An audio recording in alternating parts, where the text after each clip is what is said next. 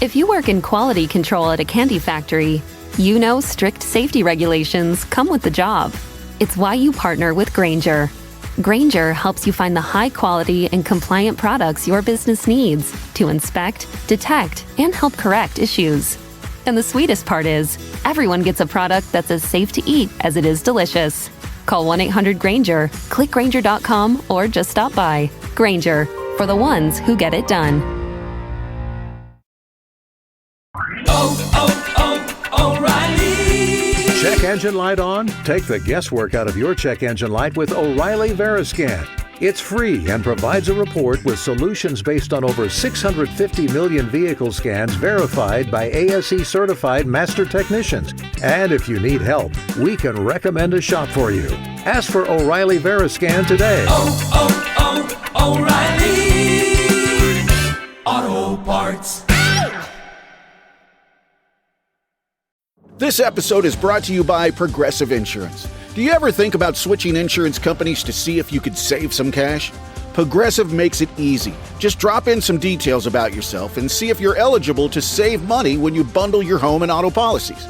The process only takes minutes, and it could mean hundreds more in your pocket. Visit Progressive.com after this episode to see if you could save. Progressive Casualty Insurance Company and Affiliates. Potential savings will vary. Not available in all states. This is FunBelt Commissioner Keith Gill, and I listen to the FunBelt podcast. This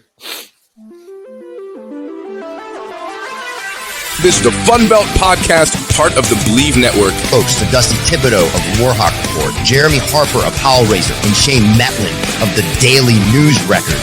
I think it's potentially a very good week for the Sunbelts. But I'm just kind of going off on a random rant. It's just frustrating.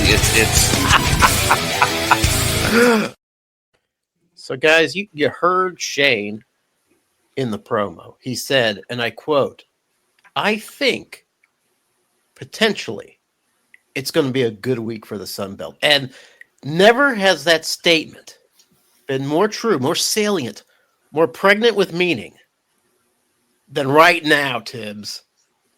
Sun Belt tournament, men's and women's tournament, the gauntlet, the Hunger Games version of Sun Belt basketball, shaped like a spearhead or perhaps like an Imperial Star Cruiser. The ultimate tournament bracket is here, Tibbs. I cannot wait. Tomorrow at Tuesday, the games begin.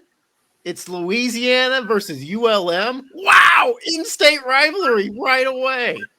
And then it's Southern Miss versus Coastal, which don't have a lot of history together, but damn, it's going to be a great game. I am pumped up, Shane Matlin. Tell me you're as pumped up as I am. I'm pretty pumped up. I got a long drive to Pensacola, but other than that, I'm pumped. So when are you going to Pensacola? Saturday. Okay. So you're waiting a little bit. Yeah. You're not doing the whole shebang.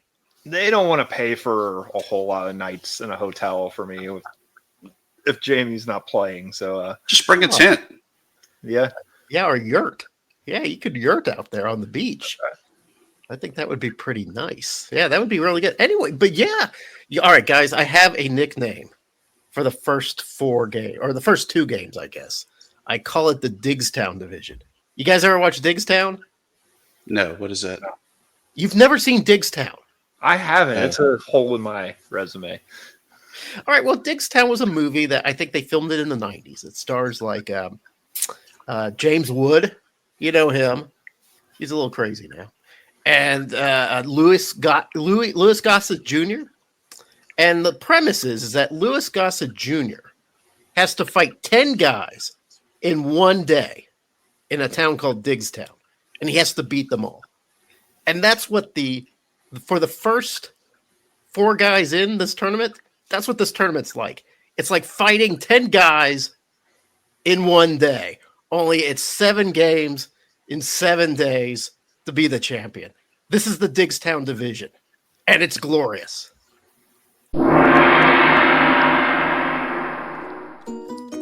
BetOnline is the world's most trusted betting platform and your number one source for online betting in 2025. How do I know that? It's my most trusted betting platform. Whether you're a seasoned fan like myself or a first-time bettor, BetOnline is your ultimate game day companion. With the largest selection of odds on everything from NBA and college basketball to the NHL and UFC, BetOnline continues to be your number one sports betting source. From every three-pointer to hat trick, BetOnline has you covered with odds, stats, and more for every game, every play, and every win. BetOnline, the game starts here.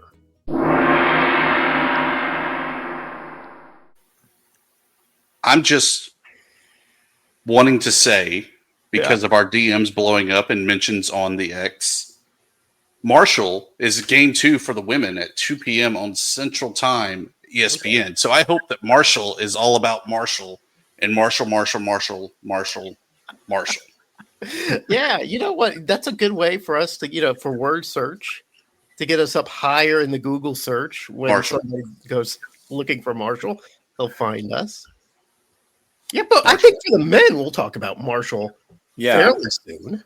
I don't think Marshall will repeat as the women's champions. That's not something I think Marshall will do this year. Marshall can do that.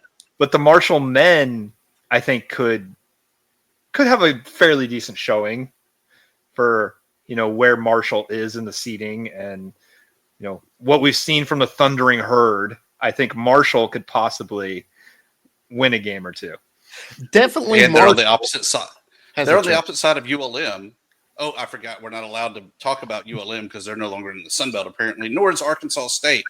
It's all about Marshall and their mysterious quarterfinal game against a school from northwestern Arkansas. Why is Tibbs so bitter about this? Shane, can you help me out? Can you understand or break this down? Shane's bitterness, or not your bitterness, I'm sorry, Thibodeau's bitterness? Well, I don't necessarily have bitterness about it, but I did kind of share the I don't know, the confusion, the idea that we don't talk about Marshall. I feel like we do. All right, now listen. Let's all have our area of expertise, right? And let's look. We know the teams that we're around the most. So, obviously, sometimes the comparisons come in and everything, but I think we make an effort to get around the league. And let's just face it, for football season, the Thundering Herd kind of snuck up on us. Nobody was really paying attention to the Herd, and all of a sudden they won 7 or 8 games in a row. So, yes, damn it, Jeremy, we're not seeing that. Yeah. It is time to marshal in a new era on FunBelt Podcast. Oh. Now, don't you feel like you're forcing this a little bit now, Tibbs? Let me also say on Netlin, my spinoff of the FunBelt Podcast, where he separates himself from us. I was trying to hunt down O.T. Elmore to be a guest, and I just wasn't able to find the contact information for him. Oh, okay. So it's their fault. Nobody's fault. Just something that didn't happen. But Marshall was on my mind. To me, you're blaming Marshall for Marshall not getting the attention. No, I didn't crave so much. I tried to connect on social and stuff, and I'm just trying to give you another enemy for which you can fight online. No, but I'm just saying that I had Marshall on my mind for that podcast. So. All right, now let me ask you this. Let me take out my lasso and pull this back in, Tibbs. Of the games that we're going to see Tuesday, which of the 4 teams have the greatest chance of the Diggstown Challenge winning 7 games? Oh. It doesn't look great. I'll tell you the truth. ULM thin. I mean, they just have nobody left on that bench. I mean, they can give you a good half, and then they just kind of collapse. Maybe the spirit of Bob Marlin comes back and helps the Cajuns. Well, maybe, I don't know. But the Cajuns, they're terrible on the perimeter. They can't shoot outside. They can't guard outside. Southern Miss, they lose Curbillo. My God, he was one of their best players. And then, I don't know, Coastal. Coastal at the beginning of the year, I thought was going to be pretty good because they got those 2 big 7-footers, one of them from Missouri. So, you can't coach size. And I'm just going to admit it. I'm a little enamored by 7-footers. I just feel like instantly you're just going to get a boost if you have a 7-footer. Never more wrong when it came to Coastal Carolina. Shane, you're Mr. Netland. Who's coming out of this and possibly causing some mayhem? Louisiana would probably be my pick of those ones that are down there. Maybe mostly just because I feel like, they've got the interim coach that they seem to have responded to a little bit. And it's got to be hard to get your team ready to play for these games, knowing that it's like basically impossible to win 7 games in 7 days. I think there's 2 types of guys, Shane. I think there's the guy that really responds to that challenge, like, come on, guys, we're going to do this. We're going to win 7 games. And then the other guys are like, you know what? If we lose now, we probably get a little more beach time. So, yeah, I'll just put it this way. Down in Pensacola a year ago, every once in a while you'll run, if you go have a beverage after all the games are over, you'll run into some players who are done for the week, and sometimes they don't look all that disappointed to be done. That is a Shane Metland exclusive. And I won't say which team I'm talking about last year. Was it no. But yeah, I mean, so I think it's got to be kind of tough to get motivated for these early round games. But I do think Louisiana, they responded to having an interim coach. They probably want him to keep the job. They probably, maybe, even if they're not playing for let's win a championship, realistically, they might be playing like, hey, let's win a couple games and give this guy a shot. So that'd be my pick. So you feel like they have some motivation to win a few games. That's what my pick. I feel like if you're going to get a team that's going to rally around something, that's probably the one. All right. So you think the ULM and Richard's last ever game or potential last ever game? It's not even maybe a lack of motivation for them. It's just like, well, nobody's going to win 7 games in 7 days. ULM in particular is not going to win 7 games in 7 days with 7 players. It's magic. It lines up. If this tournament was in Biloxi with the casinos, I'd be like ULM lucky all day long. 7-7-7. The perfect story if they do it. Lucky 7s. You're right. Wouldn't that be great? Yeah, but I tell you what, though, here's why I think ULM has a chance in this game. ULM can shoot the rock from the outside. They got a couple guys who can shoot. And the Cajuns are just not good at perimeter defense, nor are they good at rebounding. And if I recall, Tibbs, you guys got you have the Warhawks they have a guy that's kind of a big lug who can get some rebounds. I think ULM could possibly win that game. Are we talking about who's going to win one game, or are we talking about who's going to make a run? Because that's different questions to me. All right. Yes, I'm sorry. I lost my focus, Shane. On a given night, but ULM's not going to make a run, right? I get that. But 3 days in, they're going to be totally gassed. Like there's no way around it. All right, Tips. Now, who's the guy? Who's among these 4, if they should move on, would create the most trouble in the Galactic Star Cruiser of Death? I got to think that if ULM can get past the Cajuns, Old Dominion, they match up pretty well against. That they could make some noise. I think that 2 and done is a stretch. Mm-hmm. But I like them being kind of the dark horse. Maybe I'm just anti-Marshall when I think that. But the team that I think has the chance to kind of go from the furthest left part of the bracket over, I'm actually going to go with Dustin Kearns and App State. Yeah. They have buys to the 4th round, which is crazy to me that we're talking 4th round, but that's the middle of the bracket. That gives them a chance that they would have to square off against most likely Texas State or Old Dominion, ULM, Cajuns winner. But I really like that App State team. Love some Dustin Kearns. Think that could be the team that is the big shocker on the left side of the bracket. Yeah, but Tibbs, you know what? That was excellent analysis. And I happen to agree with you about Appalachian State. But you have missed the assignment, my man. Yeah, I didn't know we were talking about teams. We're talking about the first 4 guys. Who amongst them are the most likely to cause problems?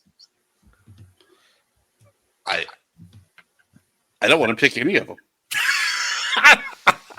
You could have made friends with a fan base, but no, you chose entropy and violence. Yeah. No, I mean, maybe Southern Miss on the top side of the bracket, just because they seem to always surge a little bit in Pensacola. Ooh, okay. And while they're never dancing around on the weekends, they do dance around a little bit during the tournament. Yeah, okay, here's the thing. They lose Corbello, maybe a moment of addition by subtraction. And they still, in my opinion, of the 4 teams there, the best player out of those 4 belongs on Southern Miss, and that's Denna J. Harris. That's my opinion. You guys might have a different opinion on that. So, to me, if there's any team that claws themselves out of that molten lava and then maybe causes a scare in the middle rounds, it might be Southern Miss. Shane Metlin, I understand what you say about the Cajuns, but my pick's going to be Southern Miss on that. I think Tibbs agreed with me. Tibbs, did you actually agree? Yeah, I picked Southern Miss. You and me, Tibbs, we are one mind. Metlin, I'm sorry, but you're by yourself. All right. All right, what did you think about what Tibbs said about the middle guys? The Appalachian states. I have an opinion on that too. Yeah, I mean, where are we starting in the middle? Are we talking about number right after the Digstown round up, or right after the Digstown round is the middle? I'm considering. Was it 10 through all the way up to 5? Right, 10 and 5. Right. Okay. I mean, App State's already mentioned. Marshall's maybe like the obvious choice with App State. So I'm going to go Texas State just to be a little bit different with for one, they always seem to make a little bit of a run higher than their seed. Mm-hmm. And 2, they've just, they've been beating some good teams lately. They have. They did it in San Marcos, so it's a little bit different, but I think they could win a couple games. Yeah, they're kind of in my my dark horse group. Like the Texas, they got Tylen Pope, they got Benson who can shoot lights out from 3. They've got guys, and they showed that they can beat guys. Yeah, it was in San Marcos, and that makes it a little bit different, but not that much different. So I feel like they're kind of one of the hotter teams coming in, Tibbs. Texas State, I mean, how can you go wrong picking against the Viva La Boobcats? I mean, we've anointed them time and time again. They're no Marshall, but they're a close second in our hearts. The other team that I really think would be interesting to watch is going to be Georgia State. Oh, when they were hot, they were maybe one of the better teams in the league, but they didn't really have that consistency to be able to win the 5 games that it would take for them to be able to be dancing in the NCAA tournament. Yeah, they lost their last 2 games of the season, Tibbs, but I think it was by a total of 5. Like the last game, they lost to Georgia Southern by 1. And I can't remember the other team they played. They lost by 4. So they lost close games, those last 2. And I really thought that there were going to be a lot of problems when they ripped off their nice little win streak. So yeah, I think you're right. Georgia State, if they can get over that hump of losing those last 2 games, if they can shake that off, they could be a lot of trouble. Do we think Marshall is the consensus favorite? But in the middle rounds, we think Marshall's the team. App State. You think App State? Okay. Yeah, I'm kind of like even ground with those 2, I think. Yeah. App State didn't finish strong, but they were shooting so well early in conference play. You kind of knew they couldn't keep that up for 18 games. Mm-hmm. But it also shows they could get hot again for a couple games here. So I do like App State, but Marshall's also got the rim protection. Defense is going to be important in this tournament. I kind of like Marshall's ability to win a few games. Yeah, Obina. Have any of you seen in action Obina on a Chelly killing? I don't know if I butchered that name, but have you guys seen him in action? Yes, I have not. He's outstanding. He's really good. Okay, so he averages 3 blocks a game. The next guy, 1.5. So he has like doubled the amount of blocks per game. And he was a block machine against Arkansas State. It was incredible to watch that guy.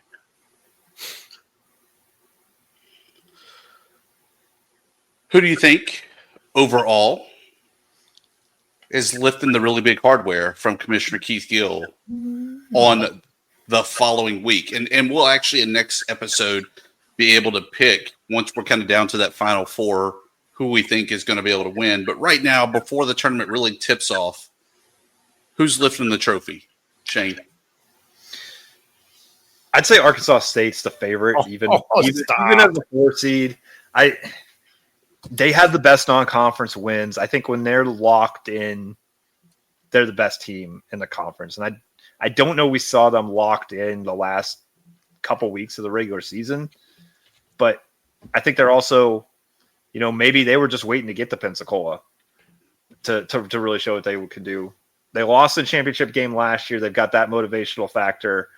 They brought back all those guys who were there for that, which is a motivation. And it's also just shows you they've got that continuity and know how to play in this tournament. And I really just think that their ceiling is the highest in the Sun Belt. They play their best. I think they're going to win. Yeah, I think the Red Wolves do have a really good, on the outside, good resume. They've got the one tier 1 win. They've got more tier 2 wins than anybody else in the Sun Belt.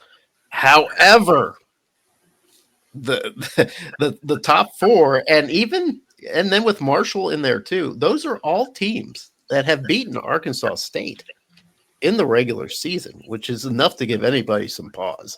Now, Arkansas State is a Bet Online favorite to win the Sun Belt tournament, which I thought was very interesting, but they're not my favorite to win. I actually think South Alabama might be better suited to win this tournament. So I'm kind of looking more at South Alabama with their tough interior defense. I'm a big fan of Dunning Jr., Barry Dunning Jr. I just think he's a really good basketball player. No offense to James Madison. I think James Madison has a lot of great shooters. I just think that this is the year for South Bama. Tibbs, break this tie. I'm not falling for that South Alabama trap again, like we've done so many times in the past. Okay. I like the big purple machine. I like James Madison. Where they sit, I feel like they are primed to advance to that championship game. Maybe Arkansas State can get a win against them in that championship game, but I think that's a team that's just really going to be tough to stop. Yeah.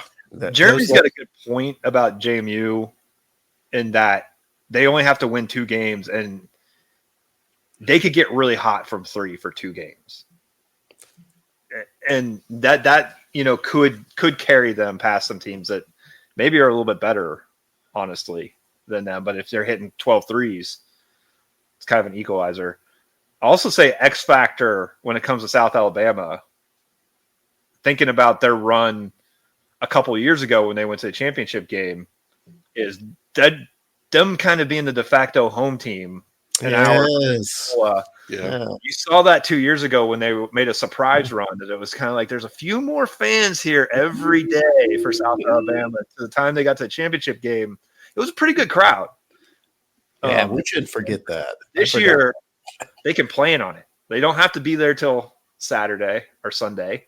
They don't have to book hotel rooms if they're going last minute and thinking that, I want to go see us win a championship. It's easy drive over. So it could be almost a home game for them in the championship if they win on Sunday. Well, Shane, help me understand this. How did James Madison lose to Texas State? I didn't get to watch the game. So how did that happen? How did that unfold? It was a few things happened. I mean, they got in some foul trouble. They didn't have their backup center, Ebenezer Dewana. So when when a couple other big guys fouled out in double overtime. They just really couldn't keep up in the double overtime. Texas State shot lights out second half. They shot 71% after halftime. Dang. Part of that was, not superb defense, but, part of that is like, it's hard to shoot 71% in an empty gym. So it's, lights out there. It was one of those losses, I think, for JMU. Like you step away from that, like, oh man, we could have won outright. That's disappointing, but it's also not a loss that they necessarily is just going to devastate them, because, it was kind of some weird things happened that ended up doing it, and, kind of move on from that one. So we'll see how they respond after waiting 9 days to play a game, though. Yeah, that's going to be crazy. It'll be interesting to see if that's a detriment or a benefit. But yeah, and then the result is it's a 4-team tie. It's not really a 4-team tie. Really, it's James Madison's number 1 and South Alabama's number 2. I am not a fan of the tie when even the SEC had a televised coin flip to determine who the number 1 team was in women's basketball. I get it. Give everybody a trophy. Okay, great, fantastic. But there's only one champion that you can really have. And I think that you got to keep going down the list to break the ties and come up with who that champion is. Yeah, I agree. And by that metric, Arkansas State was the 4th best team. Yeah. And James Madison was the best. So in my opinion, congratulations to James Madison for winning the regular. South Alabama's the 1 seed. Oh, are they? My bad. God, what's wrong? Congratulations, South Alabama, for winning the Sun Belt. The one thing I would say about it, though, is you don't have – it's as close as you can get with this conference setup, but you don't have entirely balanced schedules. So, JMU benefits a little bit from playing both Troy and Arkansas State at home and not having to go there. Whereas, Arkansas State's got to play road games at South Alabama and Troy. And so, I mean, in that regard, I could see like just declaring it a 4-way tie and everybody gets their trophy, and which is what happens. But, South Alabama, I think, did earn their number 1 seed because they really took care of business against those top teams. Yeah, South Alabama's out there cutting the nets. Did you see the video? Yeah. Which I thought, I don't know, that's a little over the top. I'm not sure I would have approved that video going up before the tournament. It seems like a good way to get a little bit of locker room motivation. But anyway, it starts tomorrow. Tips, do you remember, did the game start early? The women start earlier. They start more in the afternoon, right? The women are early. They have the 11:30 slot on ESPN Plus, 11:30 and 2. Men are at 5:30 and 7:30. Okay, great. So we'll be catching that and watching that. I have some lacrosse obligations that might prevent me from watching some of this basketball games. So I might be watching on. So I announced the lacrosse games. So I might be watching my basketball as I'm announcing lacrosse. So wish me luck on that. Don't get those confused. So what's the intrigue, Metlin, on the women's side? I think it's JMU, obviously the favorite, Arkansas State, the sort of plucky up and comer, and you've got teams like Troy and Coastal Carolina behind them. What's the storyline? I mean, I think it's if JMU can kind of finish off the perfect season with 2 more in the tournament. Pretty heavy favorite this time around, I think, based on what they did in the regular season. But I do kind of wonder what Troy, and even maybe to a bigger degree, Coastal Carolina with their pressing defenses, if you can rattle somebody with that a little bit.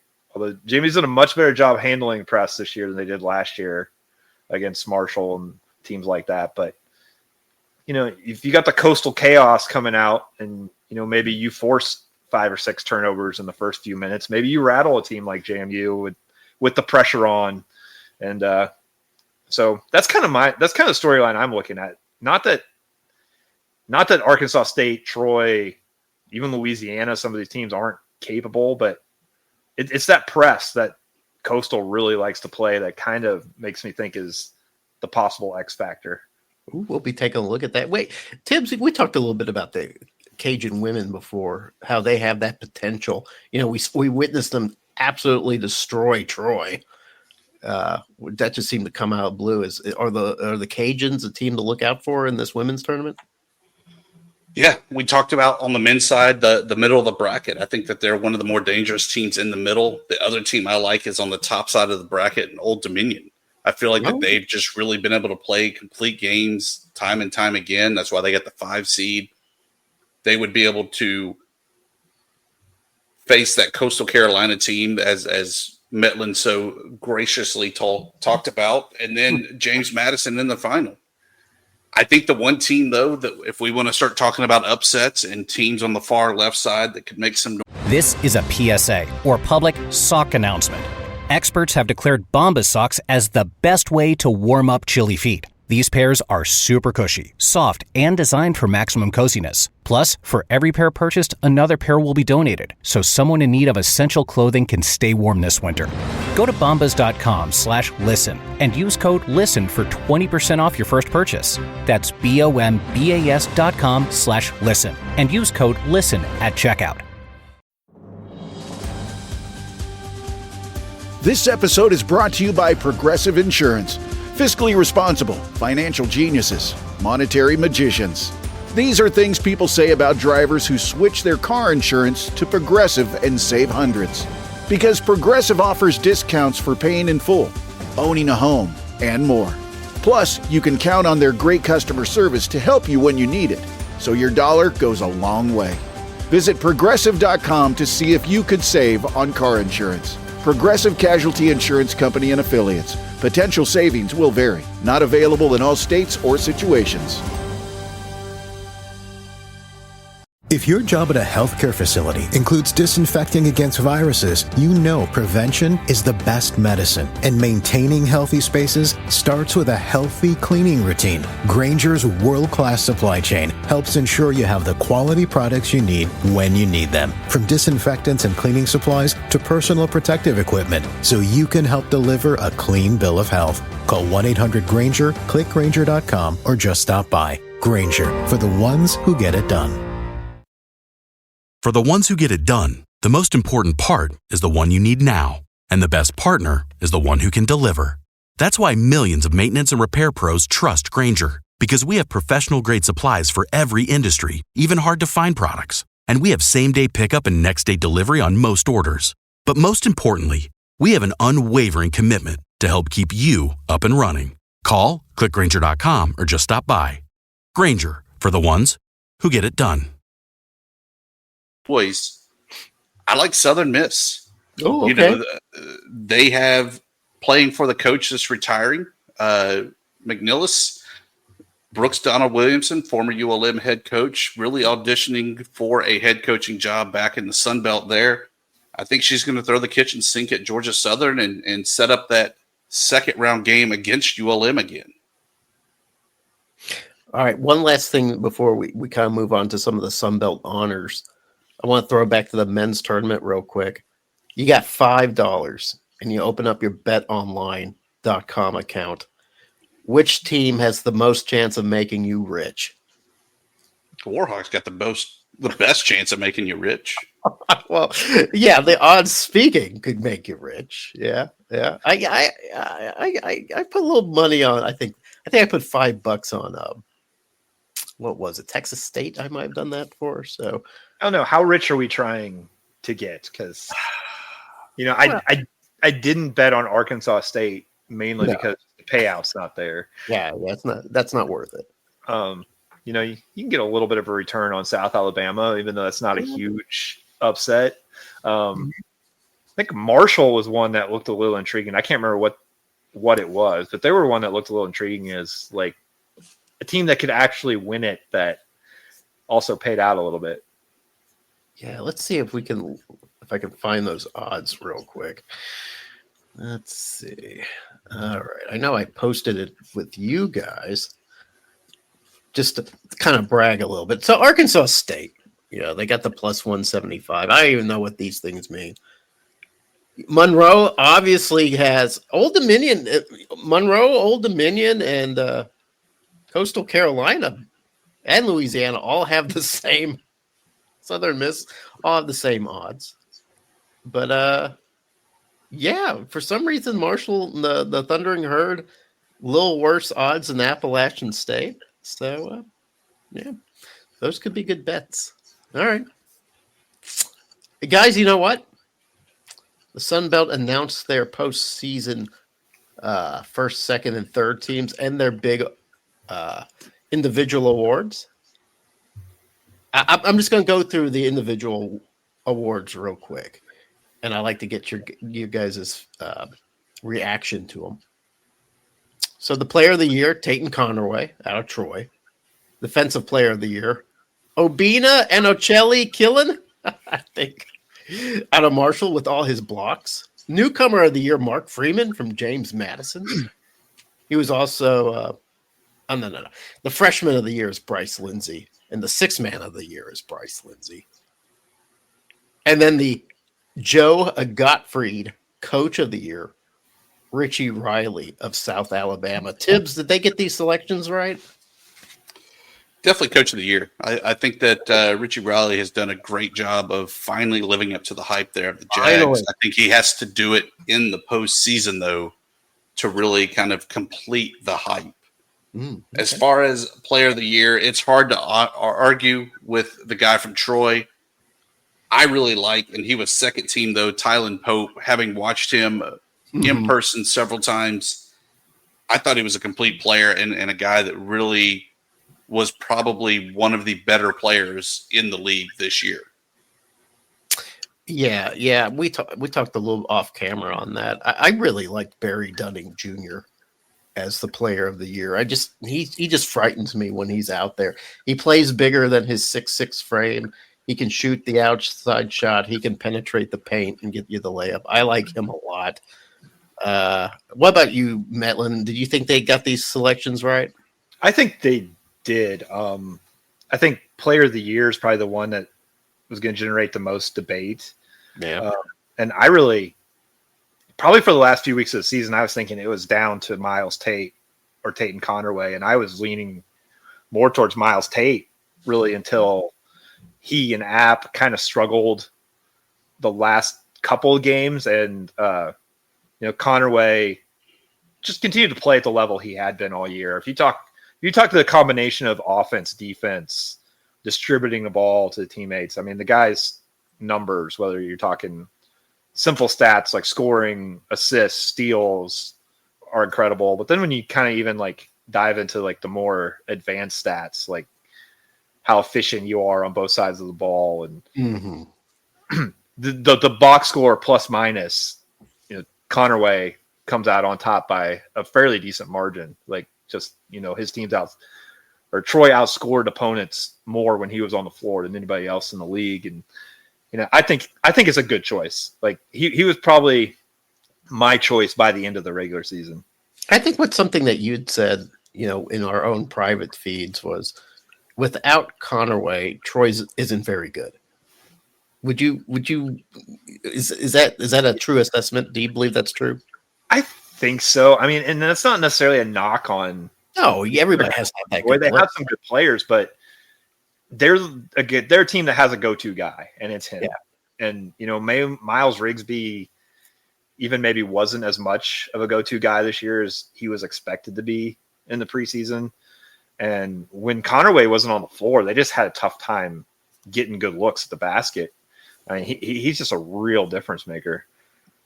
Yeah, you like him. In fact, I also saw another exchange where some people were talking about they thought that one of my favorite players, Denijay Harris, kind of I don't know. They felt like he got shafted. He ends up on the second team. Some were saying he was the best player in the league. And you kind of pointed out, there was something you pointed out about him. Can you kind of elaborate on that? Yeah, I mean, he's up there in points and rebounds, and He's a human double-double.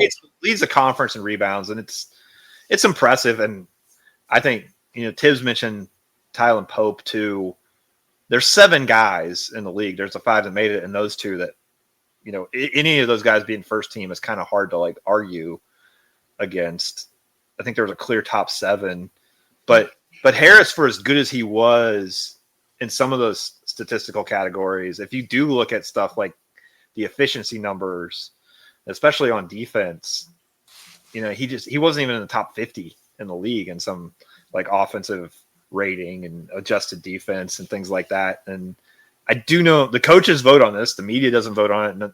None of us vote on this, in this conference. It's a coaches poll, and coaches in general look at efficiency numbers. They love those stats. And I don't know for sure if they looked at that when they were voting, but you look at them rewarding Conaway and not Harris. I think obviously one finishing first and one towards the bottom has something to do with it. But I think some of those other stats that aren't quite as obvious as points and rebounds also played into it.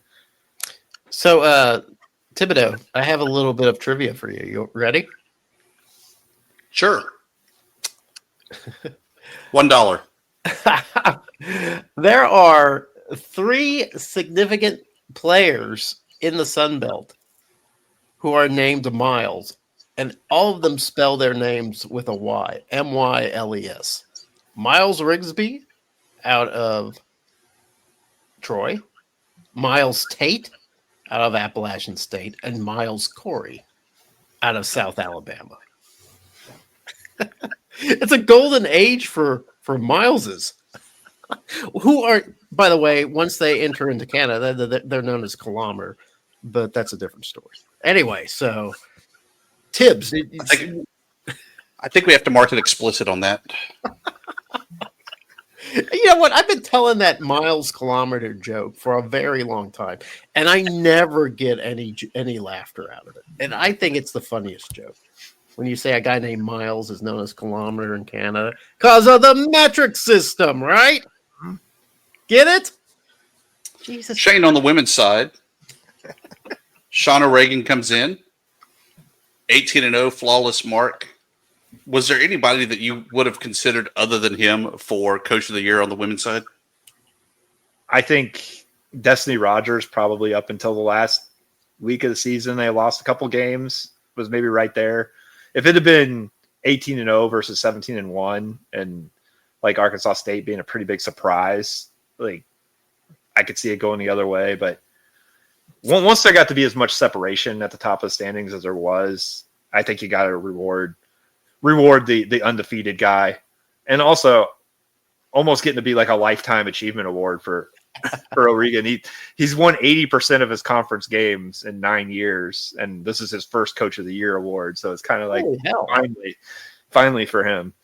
Yeah, I thought Tibbs too. I thought that was a worthy selection. Although there were some people, at least in around Jones Road, that said, you know what, Arkansas State was selected to make, or they were picked to finish 13th this year, and here they are. They finished second. They have that long undefeated streak. That has to count for something. I think they made the right pick, but I have to believe that Destiny Rogers got plenty of votes going into that. Yeah, in any other year, it's probably hers. If JMU's 17-1, it's probably hers. But it's kind of hard not to do it when you win 18 games. Yeah, excellent. Wrapping up women's basketball. Any pre-tournament picks that we want to make on who will be lifting that big trophy? Well, I'll go first. It's going to be James Madison. As much as I like the pluck and the spunk of Arkansas State, as much as I admire sort of the tradition of Troy and what's going on with Coastal Carolina, I just think James Madison's head and shoulders above everybody else in the league right now. Yeah, I think the Big Russians help lead him to a 20-0 technically conference championship season, and they are a high seed in the NCAA tournament. Oh, a high seed.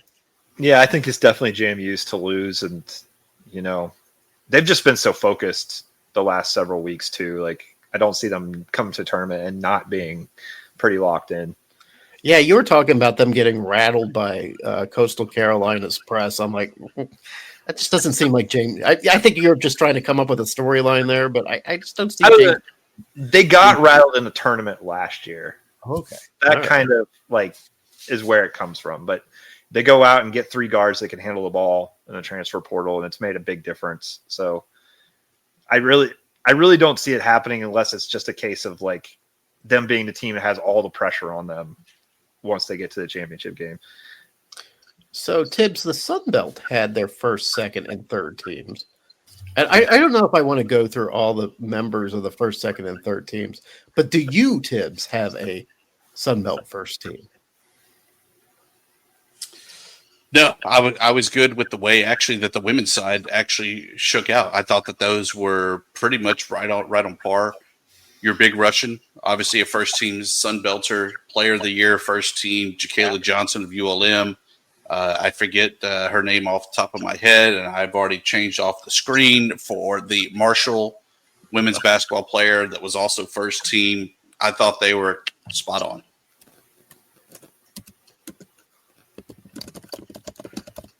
Let's see. I was going to check to see if there was anybody else there that I thought was off or in any way. Yeah, I feel like everybody was nailed just right on that. All right, but for the men, what about you? For the first, second, and third teams, do you feel like they came out just right? I think it was harder on the men's side, probably. Yeah. Like I said, very easily could have put Denaje Harris, Tyler Pope in there. A lot of people wanted Pope in there. A lot of people. Yeah, I think you really could have. It did seem like to some degree they wanted to make sure all 4 of those first place teams had somebody on the first team. Because, Mark Freeman, as impressive as he was, as clutch as he was, like just if you're going pure numbers and everything, he easily could have been moved to second team for one of those guys.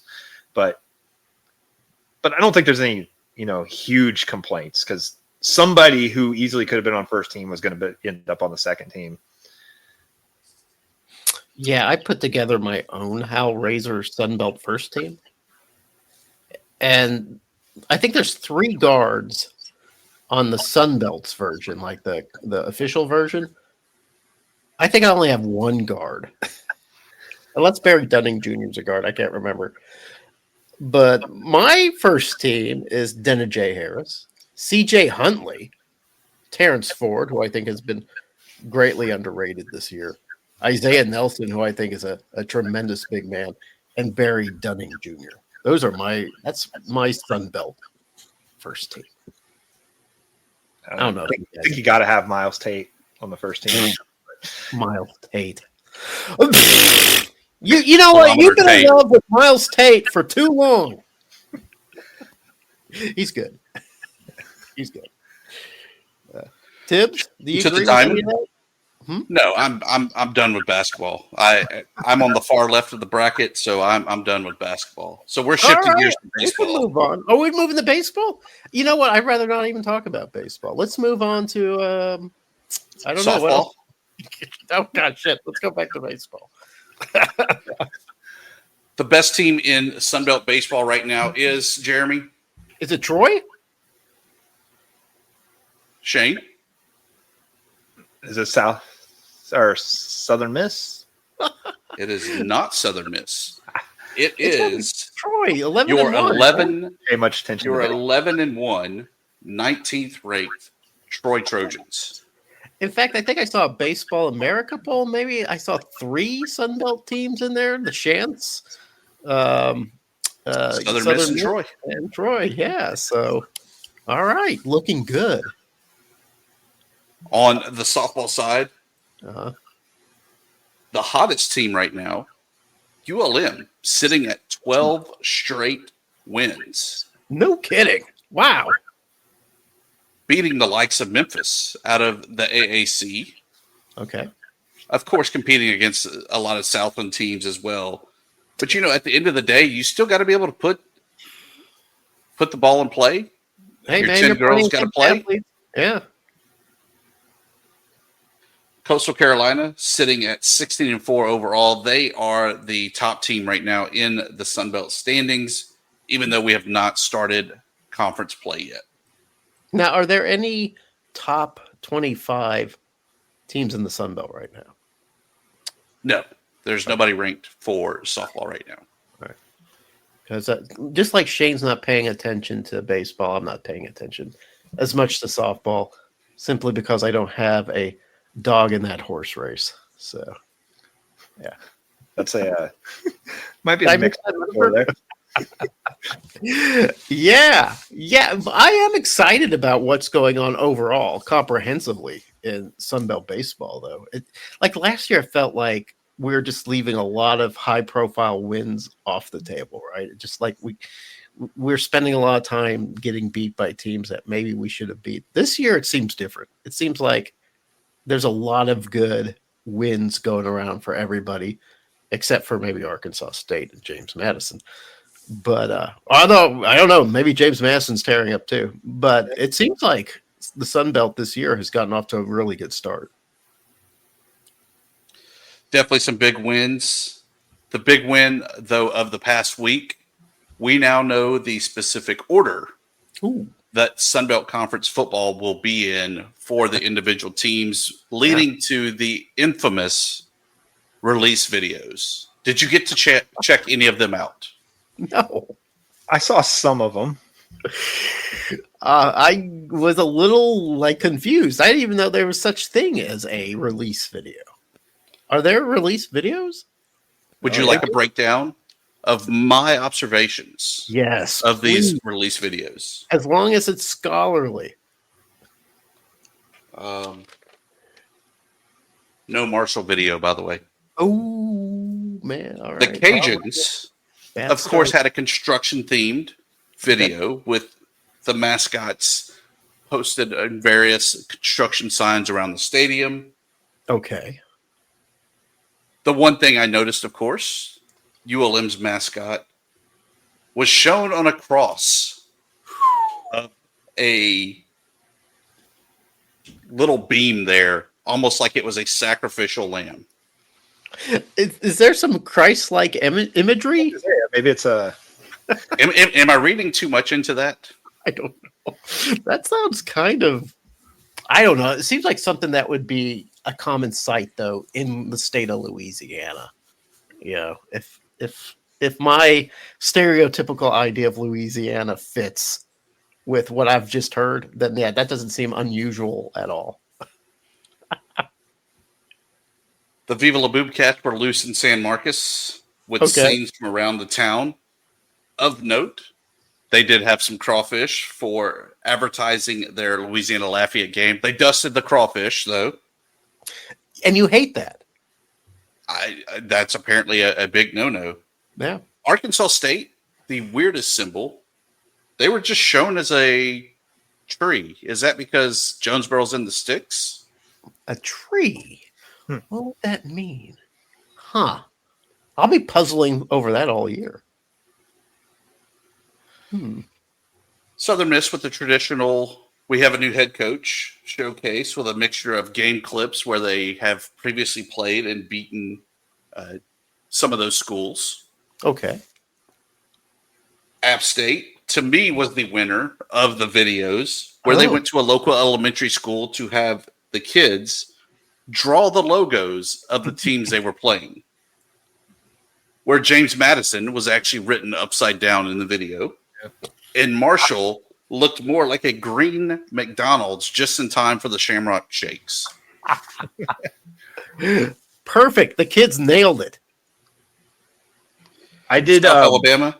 Okay. Oh, go ahead, Shane. Oh, go ahead. I'll get mine at the end. Oh, okay. South Alabama went with the mixed CDs of the fight songs. Of course, they had a parental advisory on the Troy fight song. Oh. And the belt made an appearance in the video. Always got to rub it in. The slap in the face. They didn't pick ULM. And as one player said, oh, yeah, I forgot about them. Yes! Backslap. Elbow from the top turnbuckle. Wow, you can't let that stand, Tibbs. Georgia Southern, traditional uniforms, traditional video, nothing of note. ULM had to eat their opponents in the schedule reveal. I still don't understand why they did the Quaker oatmeal for St. Francis. Ah, gotcha. The defensive lineman, known simply as Pika, offers up his personalized merchandise in the middle of the video. And another head scratcher for Alabama. It was oatmeal cream pies in honor of the retired Nick Saban. Okay. All right. There you go. There's your review of the schedule release videos. That is an excellent review. Go ahead, Shane. You had like some penetrating insight. I just wanted to shout out Southern Miss for theirs. As Tibbs said, new coach coming off like not the greatest season.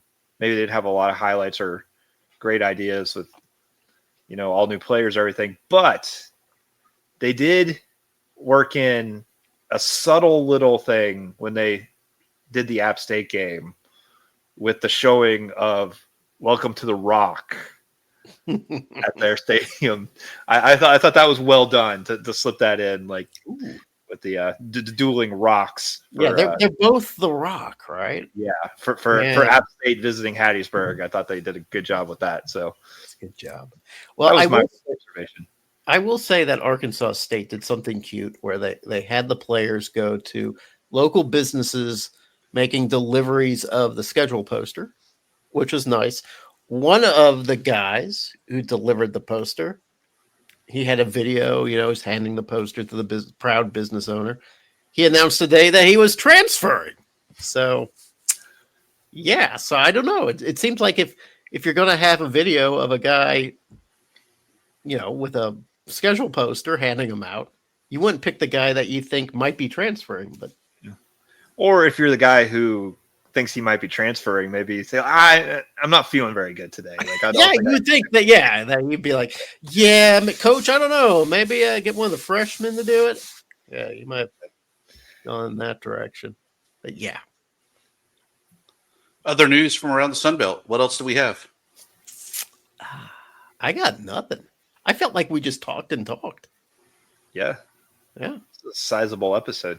It didn't say anything controversial, but did make mention of Marshall. That was actually that was the goal of the episode. Am I right, Tibbs? We were all green. We were all thundering. We heard the people say that we were uneducated. We offered nothing to the conference, and that we don't say Marshall enough. Thundering herd, you have been heard. I wish I didn't say that. Plugs, promos, and parting shots now. Shane, what do you have for us other than plugging the DNR online? Let's plug Marshall's Mike Green at the NFL Combine from Marshall. Yeah. Mike Green from Marshall, he, I think, has been doing pretty well at the Combine and getting a little pub because he said, I think he was asked if he was the best player in the Combine, something to that regard, and his answer was yes. Yeah. And they asked him, what makes you say that? And he said, film. I saw that. That was Mike Green from Marshall who said that. So that's just shouting him out a little bit. And, where's he from? Marshall University in Huntington, West Virginia. Gotcha. Yeah. Yeah. I will say this about the Combine. Yeah, I was going to bitch and complain about it, but I'm actually going to bitch and complain about it a little bit. Last year, 7 Sun Belt members went to the Combine. This year, 1.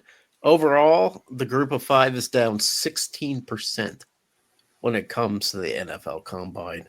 I think everybody should be a little bit nervous about that. It's because they all transferred to the P5. I know. Yeah. That's what makes me upset. Hey, you know who else is advocating for some more Sun Belt representation? Who? It was NFL star Ray McLeod. Wow, really? Well, mainly because he wanted his brother Jordan to get it. Okay. Yeah, I can see. We never get quarterbacks in there. Yeah. But I'll count that. Okay. My parting shot, guys. I love some Chipotle. Okay. The kid that went viral said it best: "Of Chipotle's my life. I love Chipotle." But it's tough economic times. But that still doesn't give them the damn right to start weighing my food as a cost-cutting measure. You know what? If I want 3 scoops of rice, give me 3 scoops of rice. Give me the extra beans. Yeah. Quit weighing my damn food. I don't care that I'm eating 10 pounds for lunch. Just give it over. That's all I got for you, really. You know, Tibbs, when I worked at Burger King back as a freshman in high school, in college, I did a summer at Burger King. And I got into a lot of trouble because I would overstuff the small fries. You know, it comes in that little bag. But I was putting almost the equivalent of a large fry in the small fries. And with the thinking of my mind, I'm giving the people what they want.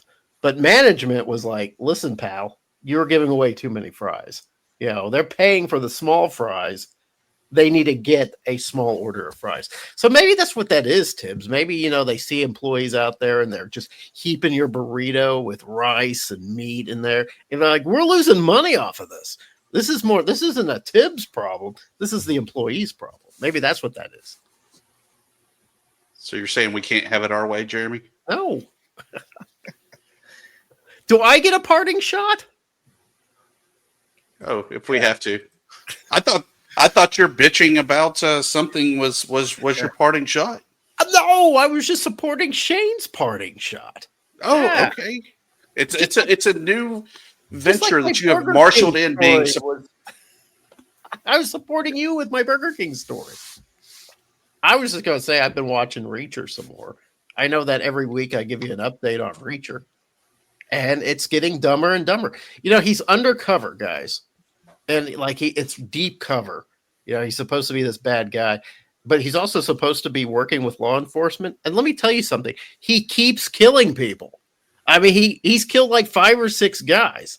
I don't know how you can keep killing people and not have it come back on you, which also, by the way, as far as I understand, is still illegal. And he's like breaking them in half so they can fit into small places because he's Reacher. I mean, I don't know about this show. It's as dumb as a rock, Tibbs, but I'm going to watch it next time it comes back on. I'll let you know how it goes. I'm just glad that Thad Castle made a name for himself after BMS. Thank God.